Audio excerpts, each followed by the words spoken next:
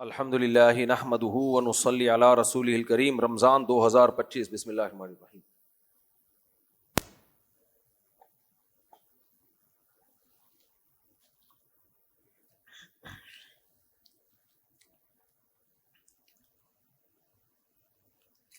بسم اللہ الرحمن الرحیم۔ آج ہم نے 18واں پارہ پڑھا ہے، بہت ہی اہم آیات ہیں۔ ایک اعلان سن لیں، میرے شیخ و مرشد حضرت مفتی عبد الرحیم صاحب جو جامعۃ الرشید کے ناظم محتمم بھی ہیں، انہوں نے پرسوں ایک پوڈ کاسٹ ریکارڈ کروائی ہے ملکی حالات سے متعلق۔ لوگ سوشل میڈیا ہمیں بہت غلط گائیڈ کر رہا ہے، خوب سمجھ لو، بہت اوٹ پٹانگ جس کے منہ میں آتا ہے، جو بات آتی ہے کہہ دیتا ہے۔ ان کا جو انٹرویو ہے JTR میڈیا ہاؤس پہ شائع ہوا ہے، پوڈ کاسٹ ان کی، وہ لازمی سنیں آپ لوگ، وہ لازمی سنیں، سمجھ رہے؟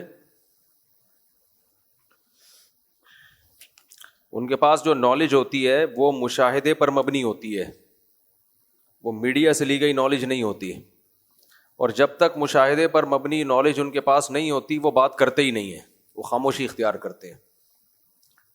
تو دائیں بائیں سے ادھر ادھر سے کوئی صحافی کچھ کہے گا، کوئی کچھ کہے گا، سب کی باتیں ہوتی ہیں، اس میں تجزیہ کرتا ہے انسان، یہ صحیح ہے وہ، لیکن یقینی معلومات جب تک کسی کے پاس نہ ہو آپ بات کر نہیں سکتے۔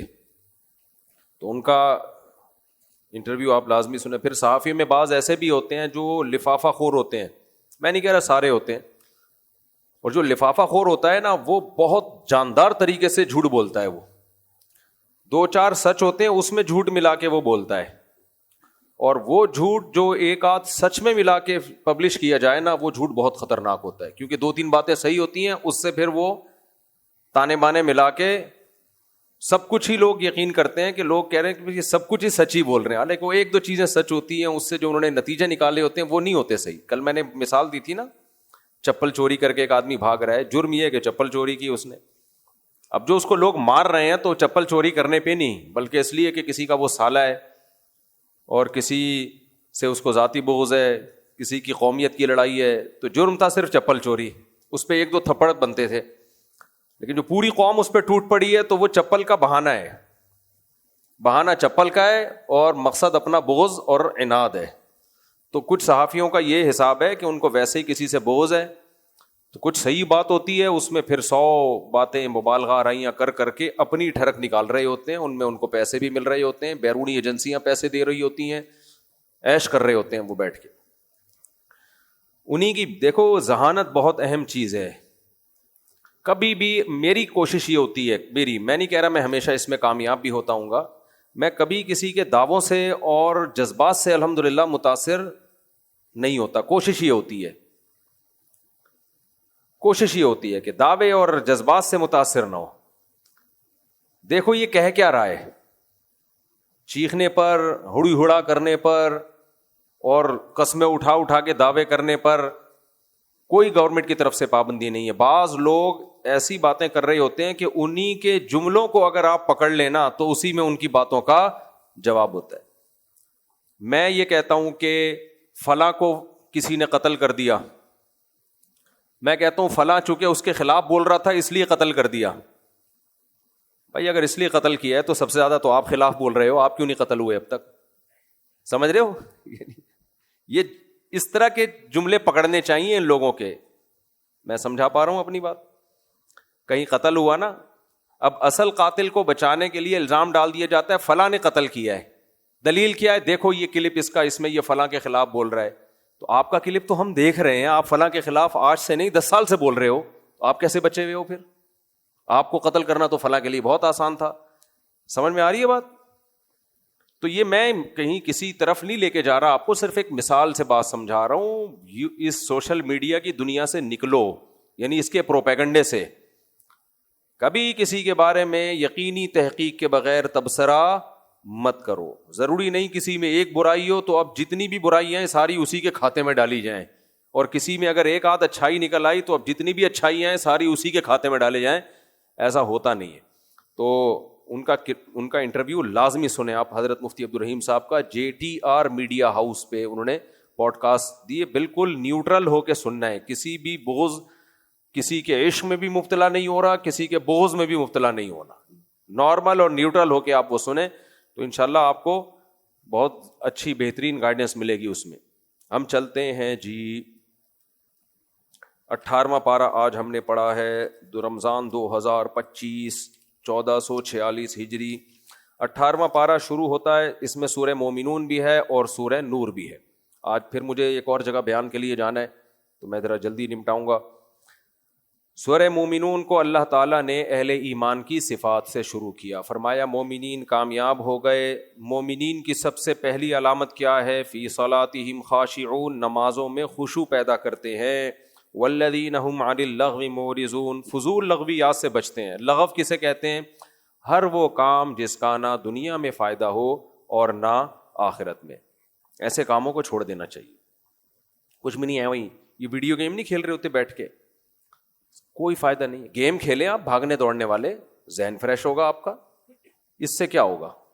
ٹش پش لگے ہوئے ہو موبائل میں, کچھ بھی نہیں ہوتا, بلکہ دماغ خراب ہوتا ہے اس سے. تو اللہ کا مجھ پر اتنا بڑا احسان ہے, مجھے کوئی ویڈیو گیم پکڑا دے, میرے سے بٹن بھی نہیں چلتے اس کے, کہ یار کہتے ہیں بہت دلچسپ گیم ہے. بھائی باقاعدہ ارادہ کر کے ٹائم کیوں ضائع کریں یار, بعض چیزیں خود بخود ہو جاتی ہیں. جیسے آپ نے کسی کو ٹائم دیا 10 منٹ کا, گپ شپ میں آدھا گھنٹہ ہو گیا, چلو جی آدھا گھنٹہ ضائع ہو گیا, لیکن وہ بغیر ارادے کے ہو گیا, گپ شپ میں مزہ اتنا آیا, چلو جی آدھا گھنٹہ. یہاں تو باقاعدہ ارادہ کرتا ہے انسان کہ میں نیت کرتا ہوں ٹائم ضائع کرنے کی. سانپ والا کھیل رہے ہیں, کیا ہے, بڑا ہوتا جا رہا ہے وہ سانپ. بس یہ میں نے اتنے سانپ, وہ پہلے نوکیا میں آتا تھا نا سانپ والا, تو پہلے زمانے میں ماں باپ بچوں کو موبائل میں یہ چیزیں نہیں کھیلنے دیتے تھے.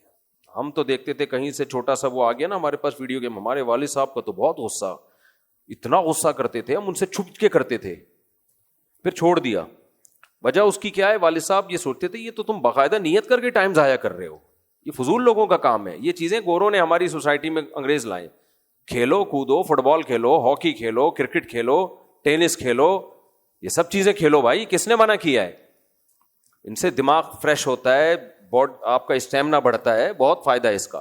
لیکن یہ جو ویڈیو گیم کی ہماری سوسائٹی میں رواج ہے, اس سے بچوں کو روکنا چاہیے. بعض دفعہ والدین کو پسند نہیں ہوتی چیز, لیکن روک اس لیے نہیں ہوتے کہ اور اس سے بڑی کسی برائی میں مبتلا نہ ہو جائے. لیکن بچوں کو خود ان چیزوں سے بچنا چاہیے. اچھے گیم کھیلو جس سے دماغ فریش ہو. تو اللہ نے فرمایا لغویات سے بچتے ہیں. حدیث میں آتے ہیں من حسن اسلام المرء ترکہ ما لا یعنی, انسان کے اسلام کی اچھائی میں سے یہ ہے کہ بیکار باتوں کو چھوڑ دے. والذین هم لفروجہم حافظون, اللہ فرماتے ایمان والے اپنی شرمگاہوں کی بھی حفاظت کرتے ہیں. الا علی ازواجہم, سوائے اپنی زوجہ اور باندیوں کے. باندیاں تو اب ختم ہو چکی ہیں, اب کہیں باندی نہیں بنائی جا سکتی, ذہن میں رکھیں آپ, امپاسبل ہے. تو کیونکہ بین الاقوامی معاہدہ ہو چکا ہے اب, اور یہ معاہدے کی پابندی شریعت میں لازم ہے. تو صرف اب ایک راستہ ہے, کیا ہے؟ نکاح کا. اللہ فرماتے ہیں اس کے علاوہ وہ کہیں اپنی خواہش پوری نہیں کرتے. اور فمن ابتغى فإنهم غیر ملومین, ہاں جو نکاح کرتے ہیں وہ قابل ملامت نہیں ہے. اللہ نے دونوں انتہائیں بیان کر دی. نکاح کے علاوہ کوئی راستہ ہوگا قابل ملامت, لیکن جب نکاح ہوگا تو قابل ملامت نہیں ہے. اس لیے شادی ایک ہو, دو ہو, تین ہو, چار ہو, جتنی بھی ہو, اللہ کہہ رہے ہیں ایسا شخص قابل ملامت نہیں ہے. اس کو یہ نہیں کہہ سکتے کیوں, وائی, کیا ہو گیا تھا جو آپ نے دوسری کی. آگے پھر انشاءاللہ تفصیل سے. اچھا, فمن ابتغى وراء ذلك, اللہ کہتے ہیں جو نکاح کے علاوہ کسی اور طریقے سے اپنی خواہش پوری کرے گا, فاولئک هم العادون, یہ لوگ اللہ کی حدود کو توڑنے والے ہیں. اس لیے فحش فلمیں دیکھنا, ہینڈ پریکٹس ہے, یا زنا, یا لڑکوں سے بدفعلی, یہ سب حرام ہے اسلام میں, سمجھتے ہو. فرمایا والذین هم لاماناتہم وعہدہم راعون, ایمان والے وہ ہیں جو امانتوں اور معاہدوں کا پاس رکھتے ہیں. آپ کو 1 کروڑ روپے بھی کوئی امانت کے طور پہ دے دینا, اس کو یقین ہونا چاہیے کہ 1 روپیہ بھی یہ اس میں سے نہیں کھائے گا. جب تک آپ کے اندر یہ جذبہ نہیں ہوگا, آپ اللہ کی نظر میں مومن نہیں ہو. اللہ کی نظر میں آپ مومن نہیں ہو. تو لوگ ڈرے نہیں آپ سے, گھبرائے نہیں آپ سے, لوگوں کو پتا ہے بھائی یہ ہماری چیزوں کی حفاظت کرے گا, اور عہدہم راعون, معاہدہ کر کے پورا کرے گا. وعدہ الگ چیز ہے, معاہدہ الگ چیز ہے. وعدہ یک طرفہ ہوتا ہے, معاہدہ کیا ہوتا ہے؟ دو طرفہ, دونوں طرف سے ایگریمنٹ ہوا ہے. اس کی شریعت میں بہت زیادہ تاکید ہے. آگے اللہ تعالیٰ فرماتے ہیں والذین هم علی صلواتہم یحافظون, یہ لوگ اپنی نمازوں کی حفاظت کرتے ہیں. تو نمازوں کی حفاظت کرنا, اس کو 2 دفعہ اللہ لے کر آئے ہیں. نماز پڑھتے ہیں اور نمازوں کی حفاظت کرتے ہیں. کیا مطلب؟ ٹائم پہ پڑھتے ہیں, قضا نہیں کرتے نماز. فرمایا اولئک هم الوارثون, یہی لوگ وارث ہیں. الذین یرثون الفردوس, جو فردوس جنت الفردوس کے وارث بنیں گے. ہم فیہا خالدون, اس میں ہمیشہ ہمیشہ رہیں گے. پھر اللہ نے اپنی کبریائی بیان کی ہے کہ ہم نے انسان کو کیسے مختلف مراحل سے بنایا. کچھ نوح علیہ السلام کا اللہ نے واقعہ بیان کیا, اپنی قدرت بیان کی اللہ نے کہ ہم کیسے آسمان سے پانی برساتے ہیں. وَإِنَّ عَلَىٰ ذَهَابٍ بِهِ لَقَادِرُونَ, جو برسا سکتا ہے وہ اس پانی کو خشک بھی کر سکتا ہے. پھر سائنسدان بیٹھ کے نا باتیں کرتے رہیں گے, ایکچولی یہ ہوا تھا کہ پانی ایسے اس لیے خشک ہو گیا. وہ تو ٹھیک ہے, اس کی کوئی لاجک ہوگی, لیکن اللہ کہہ رہے ہیں جو زمین میں پانی اسٹور کر سکتا ہے وہ اس پانی کو غائب بھی کر سکتا ہے. فَأَنشَأْنَا لَكُم بِهِ جَنَّاتٍ مِّن نَخِيلٍ, ہم نے تمہارے لیے اس پانی سے کھجوروں کے باغات پیدا کیے. وَأَعْنَابٍ, اور انگوروں کے باغات پیدا کیے. لَكُمْ فِيهَا فَوَاكِهُ كَثِيرَةٌ, بہت اس میں پھل ہیں تمہارے لیے, کھاتے ہو. وَشَجَرَةً تَخْرُجُ مِن طُورِ سَيْنَاءَ, اور ایک درخت ہے جو طور پر پیدا ہوتا ہے جس کو زیتون کہا جاتا ہے. تنبت بالدہن, تیل لے کر اگتا ہے وہ. یار زمین سے تیل نکالو, انسان کا تیل اپنا نکل جاتا ہے, لیکن ادھر بیج ڈالو یا ٹہنی دباؤ, زیتون نکلا, اور اس میں سے کیسا بہترین آئل نکلتا ہے. اتنا بہترین آئل, صحت کے لیے انتہائی مفید, اور اس کی آگ میں دھواں نہیں ہوتا, بدبو نہیں ہوتی. اتنا مفید تیل درخت میں سے اللہ تعالیٰ نکالتے ہیں. فرمایا صبغ للآکلین, کھانے والوں کے لیے سالن کا کام دیتا ہے. سالن کسے کہتے ہیں؟ روٹی کو جس میں ڈبو کے کھایا جائے. 2 چیزوں کو سے پتہ چلتا ہے کہ سالن ہے وہ, جو آج ہماری سوسائٹی میں سالن ہے نہیں. اللہ نے ایک زیتون کے تیل کو سالن کہا ہے کہ اس سے روٹی کھایا کرو. آج کوئی کھاتا ہے ہی نہیں. زیتون کے تیل سے روٹی کا رواج ختم. اور دوسرا اللہ نے حدیث میں آتا ہے نعم الادام الخل, سرکہ بہترین سالن ہے. ہم سرکے کو سالن میں ڈال کے کھاتے ہیں, سرکہ بطور سالن کے نہیں کھاتے. ایک بڑے قبلہ حکیم ہیں, وہ ان کا کہنا یہ ہے روزانہ سرکہ نہیں کھانا چاہیے. ذہن میں رکھو, یہ حدیث میں سرکے کو بہترین سالن تو کہا ہے, لیکن ایسا نہیں تھا کہ نبی صلی اللہ علیہ وسلم روزانہ سرکہ کھاتے تھے, کیونکہ سرکہ ایک ایسڈ ہوتا ہے. آج کل لوگ نہار منہ سرکے پی رہے ہیں. میں ایک بات آپ سے عرض کروں, یہ جو خوراک سے متعلق معلومات ہے نا, ان میں ڈاکٹروں سے زیادہ ایکسپرٹ حکیم ہوتے ہیں, بشرطے کہ وہ حکیم 2 نمبر نہ ہو. ڈاکٹر ریسرچ کرتے ہیں کہ یہ اس سرکہ نہار منہ پینے سے یہ ہوتا ہے, فلانا ہوتا ہے فائدہ, میں انکار نہیں کر رہا. لیکن آپ کسی بوڑھے حکیم سے پوچھو گے جو بہت پرانا حکیم ہوگا, جو تجربہ کار ہوگا, وہ کبھی بھی نہیں کہے گا آپ نہار منہ سرکہ پئیں. وہ اس کے سائڈ افیکٹ بتانا شروع کرے گا, اس سے یہ فائدے ہیں لیکن اس سے کچھ نقصانات بھی ہیں, کیونکہ ایسڈ ہے نا یہ.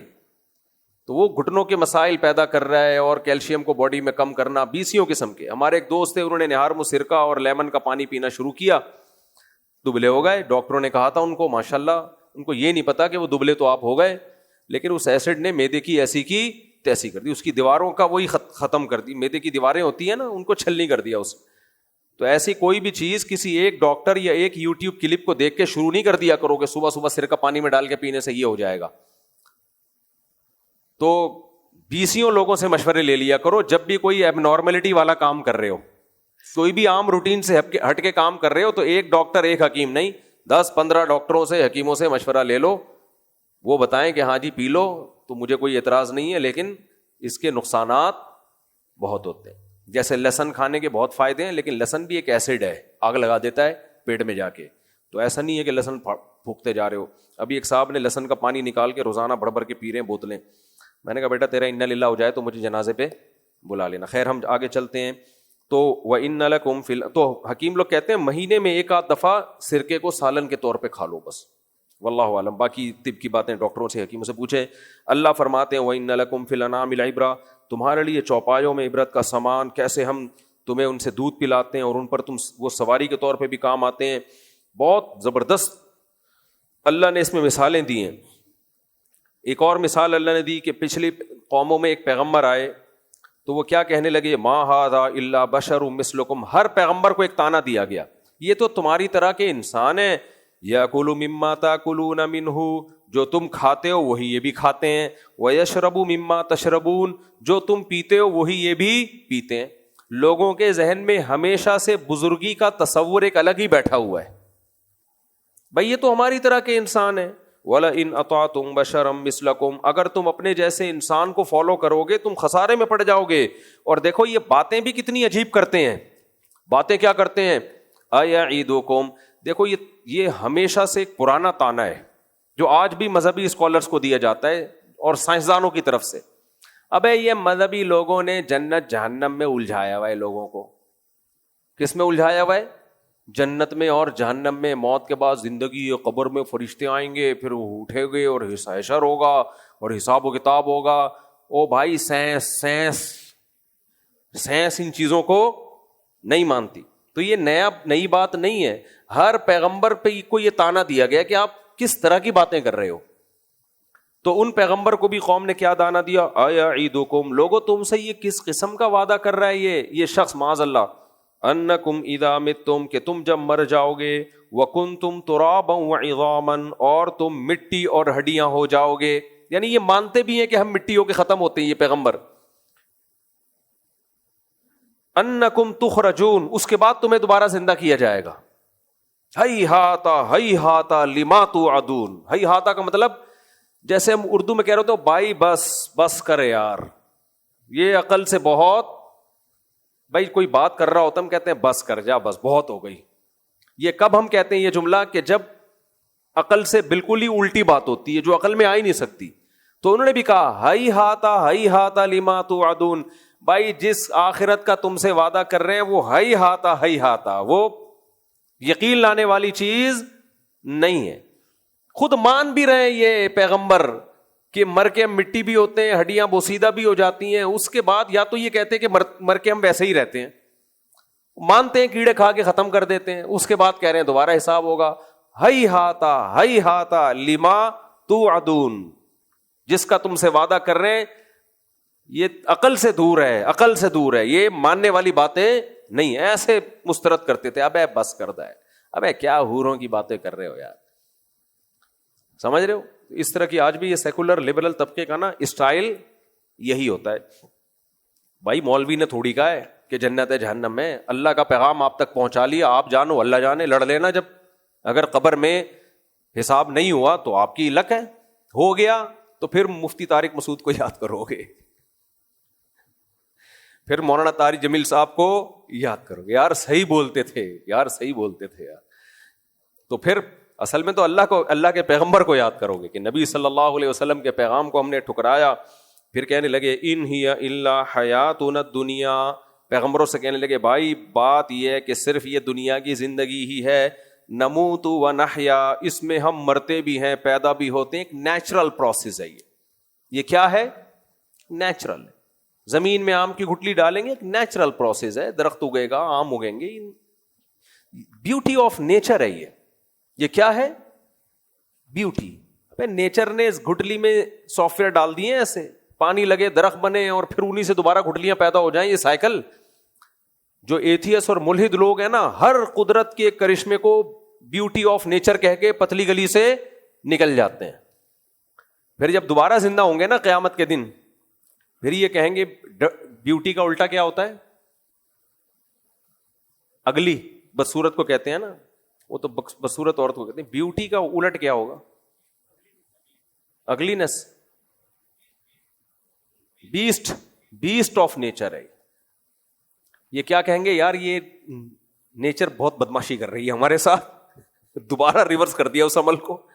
پھر جب اللہ ان سے حساب و کتاب لے گا تو کہیں گے بیسٹ آف نیچر، فطر نیچرل ہے سب کچھ۔ پھر جب جہنم میں جائیں گے تو کہیں گے کہ یہ بھی کیا ہے, نیچر کا ظلم ہے ہمارے ساتھ. تو وہاں جا کے کہیں گے سب کچھ کون کر رہا تھا؟ اللہ. تو نیچر تو ہے, نیچر سب کچھ کر رہی ہے, لیکن بنایا کس نے اس نیچر کو؟ اللہ نے پیدا کیا ہے. نیچر میں خود اتنی عقل نہیں ہے کہ آم کی گٹلی میں ایسی چیزیں ڈال دے وہ. تو اللہ تعالیٰ فرماتے ہیں, وہ کہنے لگے نموت ونحیا وما نحن بمبعوثین, یہی دنیا کی زندگی ہے جس میں ہم مرتے ہیں, جیتے ہیں, اور ہم دوبارہ نہیں اٹھیں گے. ایک اور جگہ آتا ہے کہ ان وما یہلکنا الا الدہر, زمانہ ہے جو ہمیں ہلاک کرتا ہے, ٹائم ہے, ٹائم کے حساب سے سب کچھ ہو رہا ہے. تو ہم مر جاتے ہیں جب بوڑھے ہو جاتے ہیں, تو کون زندہ رہے گا بڑھاپے میں؟ تو اتفاق سے مر جاتے ہیں, تو ختم کہانی. تو ان ہوا الا رجل افترى علی اللہ کذبا, یہ وہ شخص ہے جس نے اللہ پہ جھوٹ باندھا ہے, ہم ایمان نہیں لائیں گے. پھر اللہ نے آگے اس قوم کی تباہی کا واقعہ بیان کیا.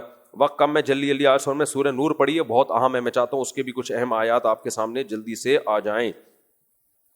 اس سورت کے آخر میں نا اللہ نے جہنمیوں کا نقشہ کھینچا ہے, بہت اہم ہے وہ. فرمایا حتی اذا جاءہم الموت, یہ زندگی میں تو اللہ کے احکام کو جھٹلاتے ہیں, لیکن جب موت کا وقت آتا ہے اور برزخ کی زندگی اپنی آنکھوں سے دیکھتے ہیں تو کیا نتیجہ نکلتا ہے؟ قال رب ارجعون, ان کی تمنا ہوتی ہے اے اللہ تو ہمیں دوبارہ بھیج دے اس دنیا میں. لعلی اعمل صالحا فیما ترکت, جو زندگی میں چھوڑ کر آیا ہوں میں اس میں نیک اعمال کروں گا. اللہ فرماتے ہیں کلا, ہرگز نہیں ہو سکتا. انہا کلمۃ هو قائلها, یہ تھوڑا پہلے کہہ دیتا تو اس جملے کی بڑی قدر تھی میرے دل میں. اب یہ جملہ کہہ رہا ہے تو ایک کلمہ ہے جو تیری زبان سے نکلا اور ہوا میں تحلیل ہو گیا. وَمِن وَرَائِهِمْ بَرْزَخٌ إِلَىٰ يَوْمِ يُبْعَثُونَ, اب تیرے سامنے ایک برزخ کی زندگی, ایک پردہ ہے, اور اس کے بعد قیامت ہے.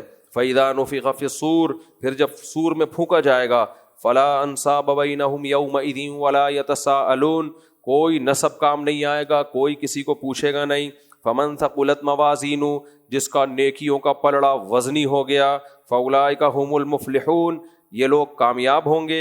وَمَنْ خَفَّتْ مَوَازِينُهُ, جس کا برائیوں کا پلڑا جھک گیا, نیکیوں کا پلڑا ہلکا ہو گیا. اس سے ہلکے سے کیا پتہ چلتا ہے؟ ہر برے نے کچھ اچھے کام کیے ہوتے ہیں, اور ہر اچھے نے بھی کچھ برے کام کیے ہوئے ہوتے ہیں. یہ جو ہمارے یہاں کرائٹیریا ہے نا, ہم جب بتا رہے ہوتے ہیں فلاں اتنا بدماش, اتنا ظالم, اتنا گمراہ, لوگ کہتے ہیں دیکھو اس نے دین کا یہ کام کتنا اچھا کیا ہے. بھائی 2-4 کام اچھے کرنے سے یہ نہیں ہو جاتا کہ بندہ اچھا ہو جائے. 2-4 اچھے کام ہر ایک نے کیے ہوئے ہوتے ہیں, اور 2-4 برے کام کرنے سے یہ نہیں ہوتا کہ بندہ برا ہو جائے. تو اللہ میاں بھی دیکھتے ہیں کہ خیر غالب ہے یا شر غالب ہے, ہر اچھے سے کچھ نہ کچھ مسٹیک ہوتی ہیں. سعید ابن مسیب رحمہ اللہ کا قول ہے کہ میں نے لوگوں میں دیکھا اچھوں میں کوئی اچھا ایسا نظر نہیں آیا جس میں کوئی خرابی نہ ہو. تو میں نے کہا یار تو دنیا میں کوئی اچھا ہے ہی نہیں, پھر ہر اچھے میں کوئی نہ کوئی کہیں نہ کہیں فالٹ ہوتا ہے. پھر کہتے ہیں میں نے بروں کو دیکھا تو کوئی برا ایسا نہیں تھا جس میں کوئی نہ کوئی اچھائی نہ ہو. تو میں نے کہا اس کا مطلب تو دنیا میں کوئی برا ہی نہیں ہے, جبکہ قرآن کیا کہتے ہیں اچھے بھی ہوں گے اور دنیا میں برے بھی. تو کہتے ہیں پھر میں نے معیار یہ بنایا کہ بھائی اچھے کی ڈیفینیشن یہ نہیں ہے کہ کوئی برائی نہ ہو, اور برے کی ڈیفینیشن یہ نہیں ہے کہ کوئی اچھائی نہ ہو. جس کی اچھائیاں برائیوں پہ غالب ہیں وہ اچھا ہے, جس کی برائیاں اچھائیوں پہ غالب ہے وہ برا ہے. تو مذہبی اسکالر کو بھی اسی حیثیت سے دیکھا کرو. صحابہ کو برا بلا کہنا, کسی ولی اللہ کا نہ چھوڑنا, اور جھوٹ پلود اور فضول قسم کی صبح و شام لوگوں میں نفرتیں پھیلانا, ایک آدھ اچھی بات بھی مارکیٹ میں چلا دینا, تو اس سے یہ تھوڑی ہوتا ہے کہ 2-4 اچھی باتیں, تو یہ تو ہر آدمی کر رہا ہوتا ہے 2-4 اچھی باتیں. تو جس کو جب کوئی فیور دینا ہوتا ہے تو وہ ان 2-4 اچھی باتوں کو ہائی لائٹ کر رہا ہوتا ہے. تو اللہ نے فرمایا جس کے نیکیوں کا پلڑا کم پڑ گیا, برائیوں کا پلڑا جھک گیا, فَأُولَٰئِكَ الَّذِينَ خَسِرُوا أَنفُسَهُمْ فِي جَهَنَّمَ خَالِدُونَ, یہ لوگ ہیں جنہوں نے اپنے آپ کو خسارے میں ڈالا, جہنم میں رہیں گے ہمیشہ. تَلْفَحُ وُجُوهَهُمُ النَّارُ, ان کے چہروں کو جہنم کی آگ جھلسے گی, اللہ ہمیں بچائے. پھر اللہ ان سے کہے گا أَلَمْ تَكُنْ آيَاتِي تُتْلَىٰ عَلَيْكُمْ فَكُنْتُمْ بِهَا تُكَذِّبُونَ, تم آج اس آگ میں جل رہے ہو, کیا دنیا میں میری آیات تم کو نہیں پڑھ کے سنائی جاتی تھی اور تم ان کا انکار کر دیا کرتے تھے؟ قالوا ربنا غلبت علینا شقوتنا, وہ کہیں گے اے اللہ ہماری بدقسمتی ہم پہ غالب آ گئی تھی, غور ہی نہیں کیا ہم نے تیری آیات میں. مذاق اڑاتے رہتے تھے ہم. بدقسمتی تھی. وَكُنَّا قَوْمًا ضَالِّينَ, اور ہم واقعی گمراہ لوگ تھے. رَبَّنَا أَخْرِجْنَا مِنْهَا, اے اللہ ایک مہلت دے دے, ہمیں اس آگ سے نکال دے. فَإِنْ عُدْنَا فَإِنَّا ظَالِمُونَ, اگر دوبارہ ہم جرم کریں تو ہم پکے ظالم ہیں.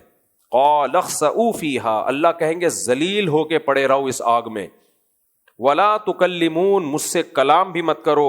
إِنَّهُ كَانَ فَرِيقٌ مِّنْ عِبَادِي, دنیا میں میرے بندوں میں ایک جماعت ایسی تھی, یقولون, جو یہ کہا کرتا تھا, ربنا آمنا, اے اللہ ہم تیری دعوت پر ایمان لے آئے, ہم تیری دعوت پر ایمان لے آئے. فاغفر لنا, پھر اس کو فکر ہوتی تھی ان سے جو کوئی غلطی ہو تو وہ اللہ معاف کرے وہ غلطی, تو وہ دعائیں مانگتے تھے اللہ ہماری خطاؤں کو معاف کر دے. وارحمنا, اور ہم پر رحم کر. وانت ارحم الراحمین, تو سب سے زیادہ رحم کرنے والا. وہ اس طرح مجھ سے دعائیں مانگا کرتے تھے, ان کو فکر تھی اپنی اصلاح کی, اور اگر غلطی ہو جائے تو معاف کروانے کی فکر میں لگے رہتے تھے کہ اس گناہ کو لے کے دنیا سے جانا نہیں ہم نے. فَاتَّخَذْتُمُوهُمْ سِخْرِيًّا, تم نے دنیا میں ان کا مذاق ٹھہرا لیا تھا. تم کہتے تھے یہ ہیں جو سائنس کو نہیں مانتے, یہ ہیں انگریز کہاں سے کہاں پہنچ گیا, اور یہ ابھی تک پردہ کرو, ماں باپ کی اطاعت کرو, 5 ٹائم نماز پڑھو, رمضان کے روزے رکھو, رات کو تہجد میں اٹھ کے اللہ سے دعائیں مانگو. آج ہمارا سیکولر لبرل طبقہ یہی باتیں کر رہا ہے. گورا کہاں سے کہاں پہنچ گیا, ان کے تو بوائے فرینڈ ہو, بیوی ہو, نجی مسئلہ ہے, زنا کرو, ہومو سیکشولیٹی ہو. بھائی کیا ہے, اس کا ترقی سے کیا تعلق ہے؟ دنیا میں ایک ہی چیز کو لبرل لوگوں نے باپ بنا لیا جس کو ترقی کہتے ہیں. ترقی کے علاوہ ان کا کوئی اور دوسرا غم ہے ہی نہیں. تو فَاتَّخَذْتُمُوهُمْ سِخْرِيًّا, تم نے ان کا مذاق ٹھہرا لیا تھا. حَتَّىٰ أَنسَوْكُمْ ذِكْرِي, اور تم ان مذہبی لوگوں کے خلاف اتنا جا چکے تھے کہ اس مخالفت نے تمہیں میری یاد سے بالکل ہی محروم کر دیا. ان کی دشمنی میں مجھے بھول گئے تم. وَكُنْتُمْ مِنْهُمْ تَضْحَكُونَ, اور تم ان سے ہنسا کرتے تھے دیکھ کے. انی جزیتہم اليوم بما صبروا, ان کے صبر کا آج میں نے ان کو کیسا بدلہ دیا ہے. الیوم کا لفظ بڑا مزے کا ہے قرآن میں. الیوم, آج دیکھو کیسا بدلہ دیا. انہم ہم الفائزون, آج وہی کامیاب ہیں, وہی وہ لوگ آج کامیاب ہیں. پھر اللہ ان سے کہے گا, قال کم لبثتم فی الارض عدد سنین, جس ترقی کے پیچھے تم پاگل ہوئے تھے. ہم ترقی کے خلاف نہیں ہیں, بار بار اس مضمون کو میں واضح کر چکا ہوں, لیکن وہ ترقی جو اللہ سے غافل کر دے, خدا کا باغی بنا دے, اس ترقی پہ 100 دفعہ لعنت بھیجو. تو فرمایا کہ اچھا تم یہ بتاؤ, جس دنیا کے پیچھے تم لگے ہوئے تھے, تم اس دنیا میں کتنا عرصہ ٹھہرے ہو؟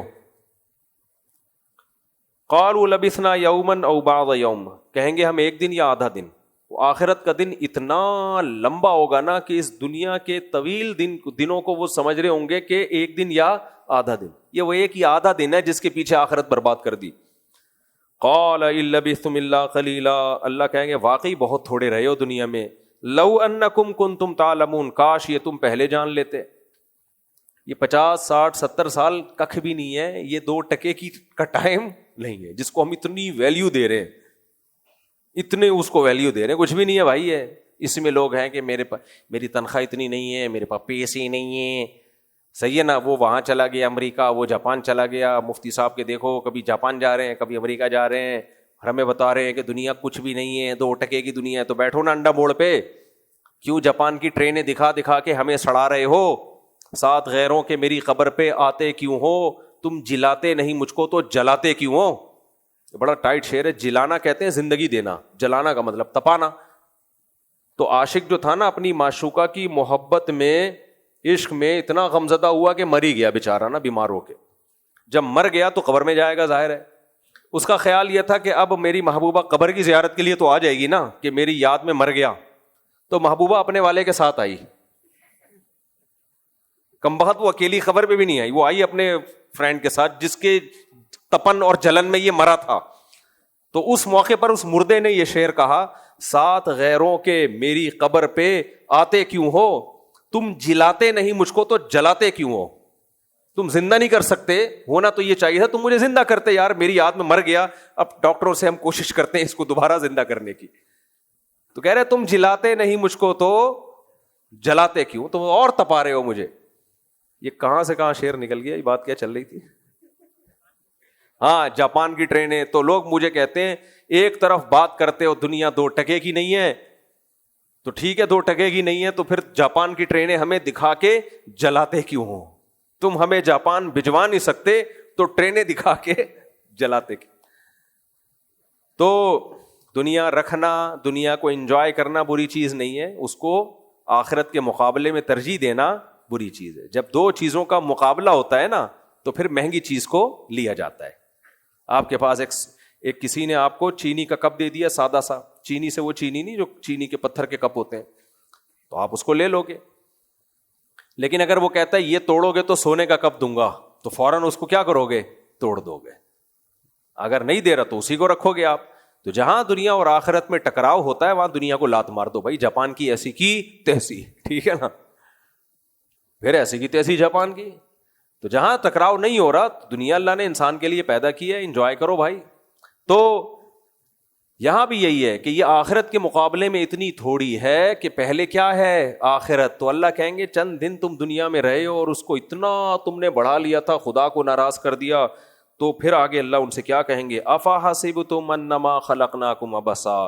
کیونکہ جو یہ سن رہے نا آیتیں, ہو سکتا ہے اس کو بھی ان جہنمیوں پہ ترس آئے کہ اللہ ان کو آگ میں کیوں جلا رہا ہے. تو اللہ ان سے مکالمہ کہے گا افا حسبتم, یہ بہت اہم آیت ہے, کیا تم نے یہ گمان کر رکھا تھا انما خلقناکم عبثا, کہ ہم نے تم کو بیکار پیدا کر دیا ہے, یہ پوری کائنات تمہارے لیے اور تمہارے ذمے کوئی کام ہی نہیں ہے, تم صرف لائف کو انجوائے کرنے کے لیے, زنا کرنے کے لیے, شراب پینے کے لیے, لڑکیوں سے لائن مارنے کے لیے, تمہاری کوئی ذمہ داری نہیں ہے, میں تمہیں پیدا کر کے بھول گیا ہوں, تم یہ سمجھ بیٹھے تھے. یہ ایسے ہے جیسے آپ نے کسی کو بہت پیسہ دے کے, باپ نے فرانس بھیجا پڑھنے کے لیے, ٹھیک ٹھاک پیسہ دیا, ادھر سے قرضے ادھر سے قرضے, بڑی مشائل سے ویزے لگوا کے اس کو بھیج دیا. اب وہ وہاں جا کے گٹکے پان میں اڑا رہا ہے, تو باپ کیا کہے گا؟ بھائی تو یہ سمجھ رہا تھا کہ میں نے تجھے انجوائے کرنے کے لیے بھیجا ہے وہاں. تو مطلب کیا؟ یہ استفہام انکاری ہے, یعنی ایسا ہرگز نہیں ہے. تو نے اگر سمجھائے تو بہت غلط سمجھا, اس کی تجھے سزا ملے گی, جائیداد سے آگ کر دوں گا, کچھ بھی کر دوں گا. تو اللہ فرماتے ہیں افا حسبتم انما خلقناکم عبثا, تم یہ سمجھ بیٹھے تھے کہ ہم نے تمہیں بیکار پیدا کر دیا, وانکم الینا لا ترجعون, اور تم ہمارے پاس حساب و کتاب کے لیے آؤ گے نہیں. جیسے باپ کہے میں نے تمہیں بھیج دیا, اب میں تو پوچھوں گا نہیں بیٹا کتنے پیسے کہاں خرچ کیے ہیں. بھائی تو یہ جو نعمتیں اللہ نے ہمیں دی ہیں, یہ کون سی نعمت کہاں خرچ کی؟ ہم یہ سمجھتے ہیں کہ اللہ نعمت دے کے بھول گیا ہے. تو اللہ کہتے ہیں ایسا نہیں ہے. کیوں؟ فتعال اللہ الملک الحق, جو حق بادشاہ ہے وہ اس عیب سے پاک ہے کہ ایویں میں کچھ کر کے بس بنا کے چھوڑ دے, یہ نہیں ہو سکتا.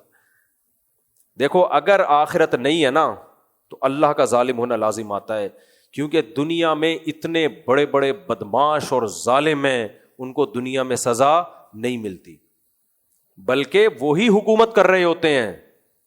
الزام جھوٹوں پہ لگتے ہیں, بے گناہ, یعنی الزام بے گناہوں پہ لگتے ہیں, جھوٹے الزام, اور بے گناہ لوگ بدنام ہو جاتے ہیں, لوگ سچ سمجھنے لگتے ہیں اس کو.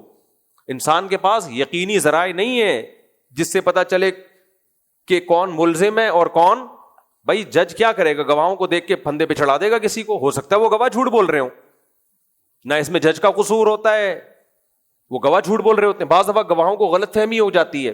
تو اتنا دنیا میں اس معاملے میں اونچ نیچ ہے کہ دنیا میں حقیقی انصاف ملنا بہت مشکل ہے. 100 انسانوں کے قاتل ہیں دنیا میں. جاپان میں جو بم برسا تھا اس میں لوگوں کی حالت کیا ہوئی تھی, اب تک وہاں اثرات ہیں اس کے.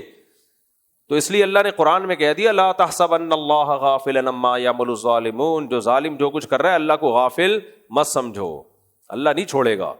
تو اس لیے اگر آخرت نہیں ہے تو یہ تو بھائی اللہ پہ سیدھا سیدھا الزام ہے کہ اللہ تعالیٰ دنیا میں بھی حکمران ایسے اندھیری چلائی ہوئی ہوتی ہے, تو نے بھی کیا کیا ہوا ہے. تو اس لیے اللہ کہتے ہیں نیکوں کو اچھا بدلہ ملے گا, ان کی نیکیاں بھی ضائع نہیں ہوں گی. ایسا قاعدہ قرآن نے بیان کیا نا, یہ سن کے ایک انگریز مسلمان ہوا تھا, اس نے مجھے خود بتایا. میں نے ایک انگریز دیکھا, مجھے غفار بھائی لگ رہے تھے وہ انگریز نا, کالر والی قمیض پہنی ہوئی ہے, جیسے ہم لوگ نہیں یہاں بڑے کالر والی قمیض اور چوڑے پائنچوں کی شلوار, ادھر ہی یہاں یہیں ادھر ہی اسی پلاٹ میں قریب میں. کسی نے بتایا بھائی یہ امریکن ہے مسلمان ہوا ہے. اچھا یہ امریکی جب مسلمان ہوتے ہیں تو بالکل چینج ہو جاتے ہیں, انہیں پینٹ شرٹ بھی چھوڑ دی. میں نہیں کہہ رہا پینٹ شرٹ ناجائز ہے، حرام ہے، لیکن میں اس کی ایک سوچ بتا رہا ہوں. اس نے کہا یار پورا جو مسلمانوں کا ڈریس ہمیشہ سے رہا ہے، ایسے میں نے اور بھی انگریز دیکھے ہیں. ایک انگریز مسلمانوں کا پورا جبہ، ہمارے مدرسے میں آتا تھا، وہ اتنی لمبی نماز پڑھتا، اتنی لمبی. ہم نے کہا بھائی ہمیں شرم آتی تھی. پھر میں نے کہا یار یہ تو بہت ماشاء اللہ بڑے خشوع و خضوع سے بڑی لمبی نماز پڑھتا ہے یہ. تو پھر مجھے ایک واقعہ یاد آیا. کسی نے کہا ایک آدمی مسلمان ہوا تو ریونڈ گیا تو اس نے دیکھا یہاں تو بڑی اسپیڈ سے ایک بندہ نماز پڑھ رہا ہے. تو اس غیر مسلم نے بولا تو بہت جلدی پڑھ رہا ہے. کہہ رہا ہے یار ہمارا پرانا کنیکشن ہے اللہ تعالیٰ سے، تمہارا بھی نیا نیا ہے نا، بحال ہونے میں ٹائم لگتا ہے. تو ابھی نئے نئے مسلمان ہوئے، کنیکشن بحال ہونے میں ٹائم لگتا ہے. ہمارا پرانا کنیکشن ہے، فوراً ہمارا کنیکشن اللہ سے بحال ہو جاتا ہے. تو خیر اچھا، وہ جو گورا تھا نا جو مسلمان ہوا، جبہ شبہ، وہ بھی قربانی دیں. وہ کہتا ہے میں زندگی وقف کر دی اللہ کے لیے بس. ہم نے اس سے پوچھا تمہارا پرانا نام کیا تھا، کیا کرتے تھے؟ اس نے کہا پچھلی زندگی کو میں مٹی ڈال چکا ہوں، نہ میں اس بارے میں سوال پوچھنا پسند کرتا ہوں نہ جواب دینا. کشتیاں جلا دی، ختم بس. ایسا یہ ہوتی ہے خاندانی توبہ. آج لڑکے فلم دیکھنے سے توبہ کرتے ہیں، سینما گھر نہیں جائیں گے، پھر وہیں سے گزر کے سائڈوں پہ یوں کر کے دیکھ رہے ہوتے ہیں.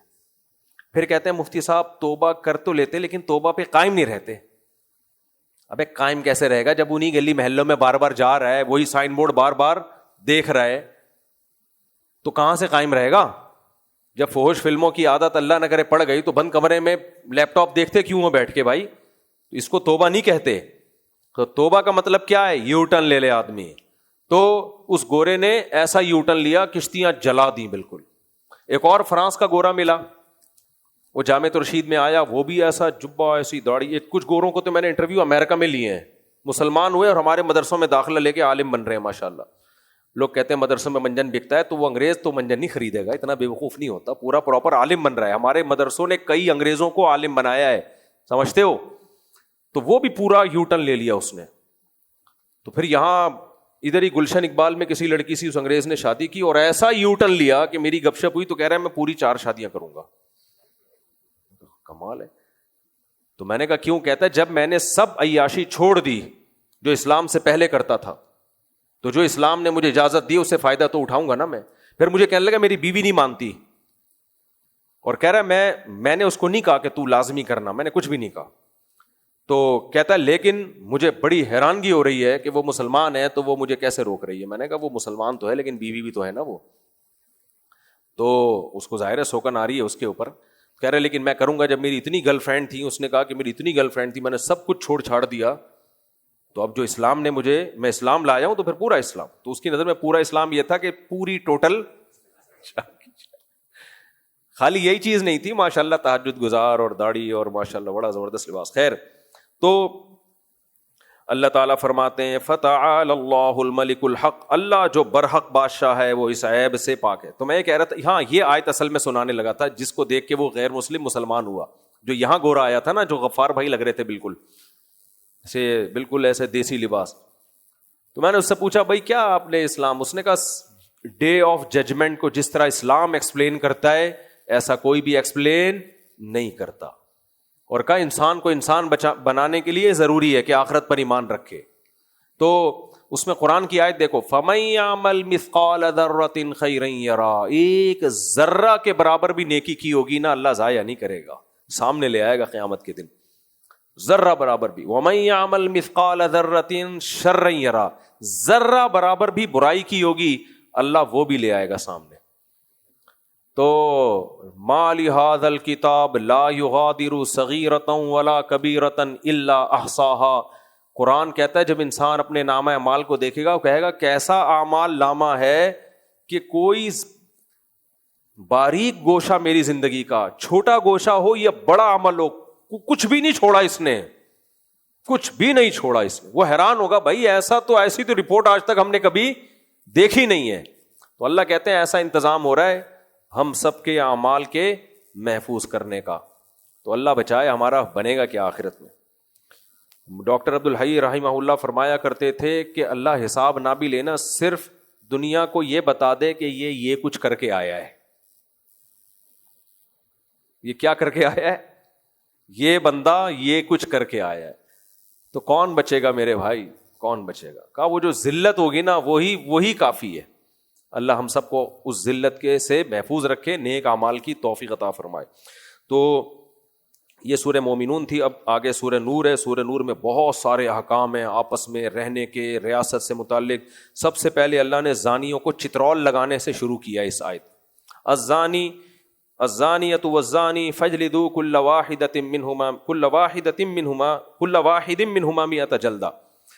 زنا کرنے والا لڑکا ہو یا لڑکی ہو جو کنوارے ہیں, ان کی بات ہو رہی ہے. حدیث سے پتہ چلتا ہے کہ دونوں کو اللہ کہتے ہیں چوک پہ کھڑا کر کے کمبختوں کو 100 کوڑے مارو.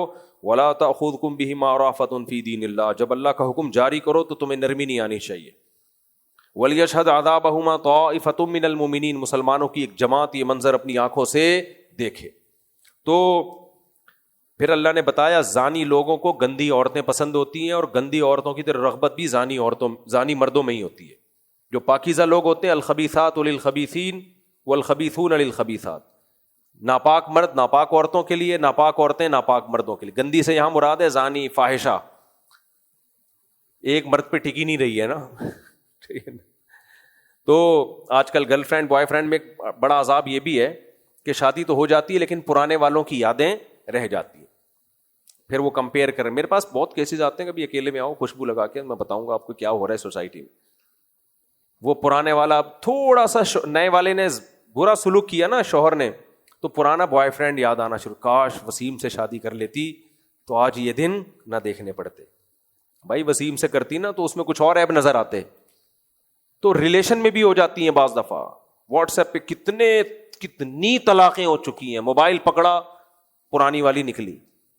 اس طرح شوہر کا بھی ہے, گرل فرینڈ بوائے فرینڈ, تو شوہر کا بھی پرانوں سے شادی یہاں ہو گئی لیکن اب یاد کون آ رہی ہے, پرانی والی. پھر وہ غفار کے نام سے اس کے نمبر سیو کیے ہوئے. وسیم اور بیگم نے ایک دن پکڑ لیا کہ بھائی یہ تو رخشندہ ہے, یہ وحیدہ ہے, یہ محمودہ ہے. محمود نہیں, وہ محمودہ نکلا, محمودہ نکلی. وحید جو تھا وہ وحیدہ نکلی. کیا گندا غلیظ معاشرہ ہے یا نہیں ہے؟ اس سب کی بیس کیا ہے؟ کو ایجوکیشن, بے پردگی.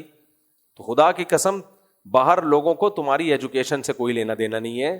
پتہ ہے پنجاب میں ہمارے علماء نے بات کی وزیر اعلیٰ سے کہ بھائی پنجاب میں یہ کو ایجوکیشن سسٹم کیوں ہے؟ پہلے مردوں کے الگ ہوتے تھے, لڑکیوں کے الگ. انہوں نے کہا باہر جو ہمیں قرضہ آ رہا ہے نا, انہوں نے بولا کہ ساتھ بٹھاؤ گے تو پیسے دیں گے ورنہ نہیں. اس سے پتہ چلتا ہے کہ ان کو تعلیم سے زیادہ ہمارا خاندانی نظام تباہ کرنے کا یہ پیسے اس لیے دے رہے ہیں. اتنے نیک نہیں ہیں کہ یہ لوگ ترقی کر کے چاند پہ ہماری طرح پہنچ جائیں. وہ چاہ رہے ہیں بغیرتی میں ہماری جیسے ہو جائیں. ترقی تو انہوں نے خاک بھی نہیں کرنی, ٹھیک ہے نا. تو ان کو پتا ہے ہمارے پاس ترقی ہے, غیرت ختم ہو گئی. ان کے پاس ترقی نہیں ہے لیکن غیرت ہے, تو غیرت تو چھینو نا ان کم بختوں سے. وہ ایجوکیشن اتنی زیادہ ہو گئی ہے. بے غیرتی یار, جن عورتوں کے ناخن کسی نے نہیں دیکھے تھے, جن لڑکیوں کے باپ تبلیغ میں 4 مہینے کے لیے نکلا ہوا ہوگا, پیچھے بیٹی کالج میں کیا گل کھلا رہی ہے, ابا کو پتا نہیں ہوگا. تبھی تو جامع رشید کہتا ہے بھائی ہم اس کو ایجوکیشن کو ختم نہیں کر سکتے تو ہم خود سے تو یونیورسٹیاں بنا سکتے ہیں نا. تو خود بناؤ یونیورسٹی, اپنے کنٹرول میں لو. اسی وجہ سے غزالی یونیورسٹی بنائی ہے. آپ لوگ بھی بناؤ, جو لوگ جن کے کو بھی اللہ نے وسائل دیے ہیں بھائی خود بنائیں یونیورسٹیاں. اس میں تعلیم اچھی ہو, ماحول اسلامی ہو اس میں. تو اللہ نے فرمایا اچھا یہ جو حدیث قرآن کی ہے نا, خبیث مرد خبیث عورتوں کے لیے, اس کا مطلب یہ نہیں کہ پاکیزہ آدمی کی خبیث عورت سے شادی نہیں ہو سکتی, یا پاکیزہ عورت کی خبیث آدمی سے نہیں. یہ تو ہو سکتا ہے, دھوکے سے سب کچھ ہو سکتا ہے. مطلب ہے کہ ان کی رغبت انہی میں ہوتی ہے. باقی دھوکے سے کسی کی شادی کسی سے ہو گئی تو ایک الگ بات ہے. اس پہ کچھ لطیفے اکیلے میں ملوں گے تو سن.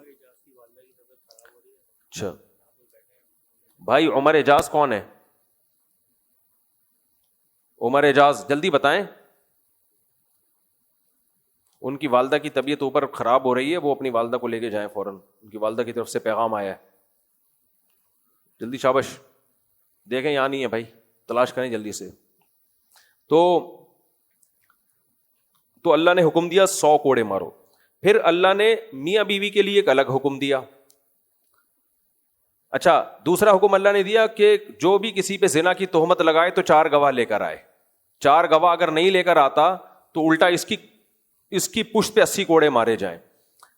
اس سے پتہ چلتا ہے یہ جو ہم بڑے آرام سے کہتے ہیں نا فلاں زانی ہے, فلاں بدکار ہے, تو یہ آپ اپنے خلاف اسلامی عدالت میں کیس کروا رہے ہو, اس کے خلاف نہیں کروا رہے. آپ سیاسی اختلاف ہوتا ہے تو فلاں زانی ہے, فلاں یہ ہے, فلاں وہ ہے. او بھائی آپ قرآن پڑھتے ہو, قرآن نے 4 گواہوں کے بغیر کسی کو زانی کہنے پر پابندی لگائی ہے.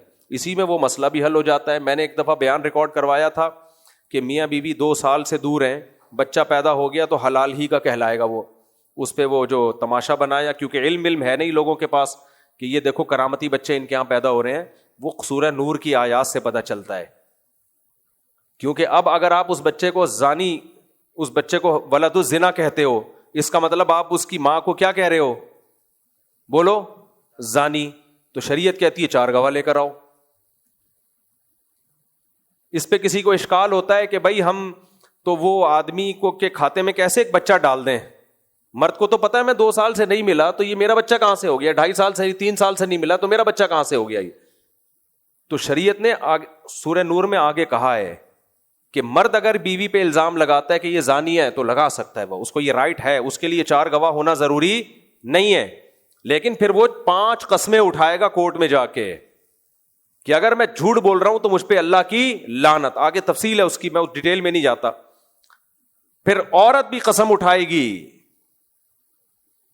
کہ یہ اگر جھوٹ بول رہا ہے, یہ اگر سچ بول رہا ہے تو مجھ پر اللہ کا غضب. اس طرح 5 قسمیں اٹھانے کے بعد عورت اگر قسم اٹھانے سے باز آ گئی تو پھر ہم اس کو زانی کہیں گے, باز نہیں آئی تو شریعت پھر زانی کہنے کی اجازت نہیں دیتی. تو یہ ہم نے قرآن و سنت سے مسئلہ نکالا ہے. ان اسکالرز کو قرآن و سنت تو آتا نہیں ہے, تو یہ کہہ رہے کرامتی بچہ. بخاری کی حدیث ہے الولد للفراش, جس کی بیوی کے بچہ پیدا ہوگا تو شوہر ہی کا بچہ کہلائے گا وہ. اس حدیث میں یہ نہیں ہے کہ 6 سال نہ ملے ہوں 10 سال نہ ملے ہوں. اب آپ کہتے ہو عقلاً ممکن نہیں ہے, واقعی ممکن نہیں ہے, لیکن یہاں ہم نے عقل کو شریعت کے آگے ڈال دیا ہے. بھائی اسلام کہہ رہا ہے کہ اس بچے کو حلالی ماننا پڑے گا. بچے کے باپ کو یہ رائٹ ہے, وہ بولے نہیں میرا نہیں ہے تو بول دیا, کس نے منع کیا اس کو؟ وہ بولے نا, وہ بول نہیں رہا, انجینئر علی مرزا بول رہا ہے یا کوئی اور مولانا صاحب بول رہے ہیں, تو بھائی جس کا بچہ نہیں ہے وہ کہے, اس کو یہ رائٹ ہے, میرا نہیں ہے, وہ بول دے میرا نہیں ہے. ٹھیک ہے, شریعت کہے گی اس کا مطلب تمہاری بیوی نے زنا کیا ہے, وہ کہے نہیں زنا نہیں کیا لیکن یہ میرا نہیں ہے, تو یہ لطیفہ ہوگا کہ نہیں ہوگا؟ تو وہ کہے گا ہاں زنا کیا ہے, تو اسلام کہتا ہے 4 گواہ لے کر آؤ, کہے گا گواہ نہیں, تو پھر اسلام کہتا ہے سورہ نور نے کہا 5 قسمیں اٹھا لو. تم 5 قسمیں اٹھا لیں تو ہم مان لیں گے اس کا بچہ نہیں ہے. اس پروسیس کے بغیر ہم نہیں کہہ سکتے کہ اس کا بچہ نہیں ہے. تبھی فقہا نے کہا پھر فرض کیسے کریں؟ بھائی ہمیں کیا پتا کوئی جن اٹھا کے لے گیا ہوگا, کیا ہو گیا ہوگا, ہم شریعت کے آگے اپنی عقل کو ڈال رہے ہیں. ان کو چونکہ شریعت کا پتہ نہیں ہے تو پھینکے جا رہے ہیں اور ہمارا بھی مذاق اڑا رہے ہیں کہ کرامتی بچے پیدا ہوتے ہیں ان کے یہاں, فضول بات. تو جب اسلام کا نہیں پتا ہوتا تو ایسے ہی بازاری لینگویج استعمال کی جاتی ہے. تو یہ فقہا نے جو مسئلہ نکالا ہے سورہ نور سے بھی اور صحیح ہے بخاری سے بھی کہ الولد للفراش, یہ نبی نے بحث ہی بند کر دی ہے ہمیشہ کے لیے کہ بچہ کس کا ہوگا؟ جس کی بیوی کے ہاں پیدا ہوا ہے. یہ حدیث ہے ہی اس لیے کہ اب تمہیں یہ بحث کرنے کی اجازت ہی نہیں ہے کہ پاسبل تھا یا نہیں تھا. اب سوال پیدا ہوتا ہے یہ عقل کے خلاف کام کا اسلام نے حکم کیوں دیا ہے؟ 2-3 سال دور رہے میاں بیوی, بچہ ہو گیا تو پھر بھی ہم کہیں گے بھائی یہ جمشیدی کا بچہ ہے. پہلی بات تو جمشید کو اجازت دی ہے کہ وہ بولے نہیں ہے, وہ چپ بیٹھا ہے تو کسی اور کو ٹانگ اڑانے کی اجازت نہیں ہے. تو ایسا کیوں کیا شریعت نے؟ بچے کے نسب کی حفاظت کے لیے, تاکہ وہ حلالی کہلائے, ناجائز نہ کہلائے. کیونکہ اسلام بچے کے نسب کی حفاظت پہ بہت حریص ہے. اسلام کہتا ہے جس کا ہے وہ بولے میرا نہیں ہے. جب وہ نہیں بول رہا تو ہم فرض کر لیں گے اسی کا ہے, تو اس کے ہمیں کیلکولیشن کرنے کی اجازت نہیں ہے.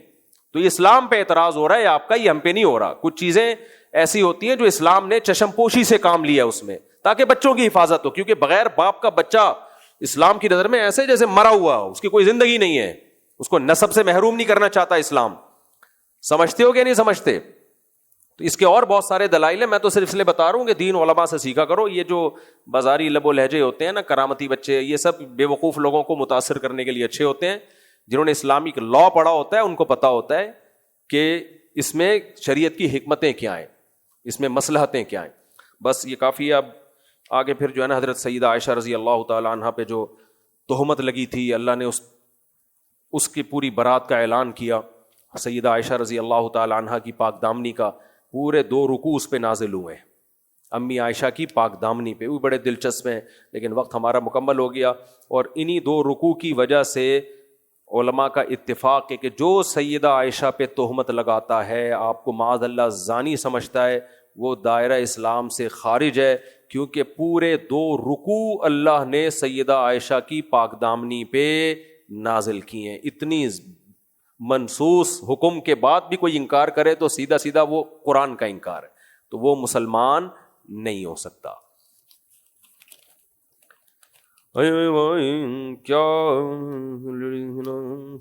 کیا پریگننٹ لیڈیز کے نام کی قربانی نہیں ہوتی؟ میں نے پڑھا ہے نبی نہیں ہوتی، پر مجھے ریفرنس نہیں ملا، ہے ہی نہیں تو ریفرنس کہاں سے ہوگا اس کا؟ جو خواتین پریگننٹ ہیں ان کی بھی قربانی ہو جاتی ہے، یعنی ان کے نام کی، انہی کی کو قربان نہ کر دیں تو ان کے نام کی ایک ہی ہوگی۔ جو بچہ جب تک دنیا میں نہیں آیا تو اس کے نام، اس کی قربانی نہیں ہوتی، سمجھتے ہیں؟ اس کی کوئی قربانی نہیں ہوتی۔ چلو بھائی، اللہ تعالیٰ عمل کی توفیق عطا فرمائے، عمل کی توفیق عطا فرمائے۔ رمضان کی برکتیں چھا گئی، علم و حکمت ہر ایک سمت پھیلا گئی، زندگی کا سفر معتبر ہو گیا، فکر مرشد کا